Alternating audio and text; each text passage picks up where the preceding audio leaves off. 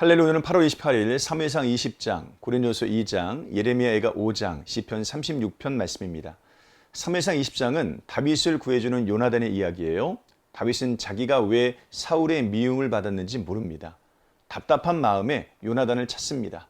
그리고 왜 너희 아버지가 나를 죽이려 하느냐고 물어요. 요나단은 그럴 리가 없다고 말하지만 다윗은 틀림없다고 말합니다. 사울의 진심을 확인하기 위하여 다윗과 요나단이 작전을 짜죠. 초하루가 되었습니다. 왕의 식탁에 다윗이 2번 모두 오지 않자 사울이 그를 찾습니다. 요나단은 자기가 그를 베들레헴으로 보냈다고 말합니다. 사울은 불같이 화를 내며 그는 죽어야 할 자라고 외칩니다. 그래야만 요나단이 왕위를 차지할 수 있다고 소리쳐요. 요나단은 사울이 다윗을 죽이기로 작정했음을 알고 다윗에게 그 소식을 전합니다. 요나단은 왕위를 탐내지 않았습니다. 다윗이 당연히 그 자리에 있어야 한다고 생각한 거죠.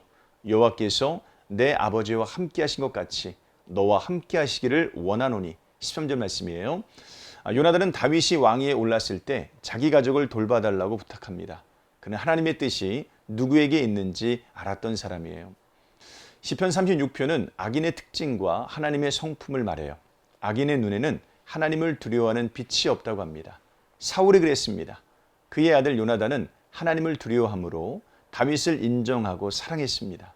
하지만 사울은 하나님을 두려워하지 않았기 때문에 다윗을 죽이려고 했어요. 본문에 나오는 악인과 같이 죄악을 꾀하고 스스로 악한 길에 서고 악을 거절하지 않았습니다. 반면에 하나님은 참 인자하세요. 하나님을 아는 자들은 그 날개 아래에 피하기를 원합니다. 주의 집에 있기를 원합니다. 주를 아는 자들에게 주의 인자하심을 계속 베푸시며 마음이 정직한 자에게 주의 공의를 베푸소서. 10절 말씀이죠.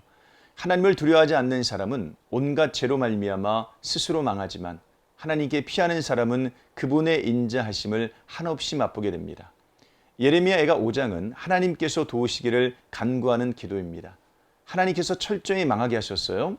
그러나 또한 하나님만이 소망이십니다. 하나님께서 긍휼히 여기셔야만 모든 것이 제자리로 돌아갈 수 있습니다. 그러므로 지금 상황에서 할 수 있는 것은 한 가지밖에 없어요. 자기 죄를 토로하고 하나님께 호소하는 것이죠. 여호와여 우리를 주께로 돌이키소서. 그리하시면 우리가 주께로 돌아가겠사오니 우리의 날들을 다시 새롭게 하사 옛적 같게 하옵소서. 고린도서 2장은 하나님의 지혜를 설명합니다. 믿음은 사람의 지혜에 있는 것이 아니라 하나님의 지혜에 있죠. 당시 헬라 문화는 지혜를 중요하게 여겼어요. 지혜는 힘의 일종이었습니다. 사람들은 광장에 나와 변론을 하면서 누구의 지혜가 더 뛰어난지를 겨루었습니다. 그래서 말 잘하는 사람이 높은 대접을 받았어요. 고린도 교회 사람들은 이 문화에 얼마간 영향을 받았습니다. 그러나 복음은 그런 방식으로 전달되지 않습니다. 복음은 오직 성령의 능력 안에서 사람 속으로 들어갑니다. 그러므로 하나님의 지혜는 이 세상의 지혜와는 달라요. 이 세상의 지혜는 항상 권력을 추구하고 힘을 추종하며 성공을 향합니다. 하지만 이 세상의 지혜로운 사람에게 믿음을 일으키지 못합니다. 성령만이 그 일을 하십니다. 그래서 이 세상에 속한 사람들에게는 십자가의 복음이 이해가 되지 않습니다. 약하고 하찮아 보이기 때문에 그렇습니다. 그러나 하나님의 영을 받은 사람은 십자가의 복음을 하나님의 지혜로 받아들입니다. 십자가는 하나님의 지혜입니다. 오늘 하루도 십자가 의지하는 삶 사시길 주님의 이름으로 축복합니다. 고맙습니다.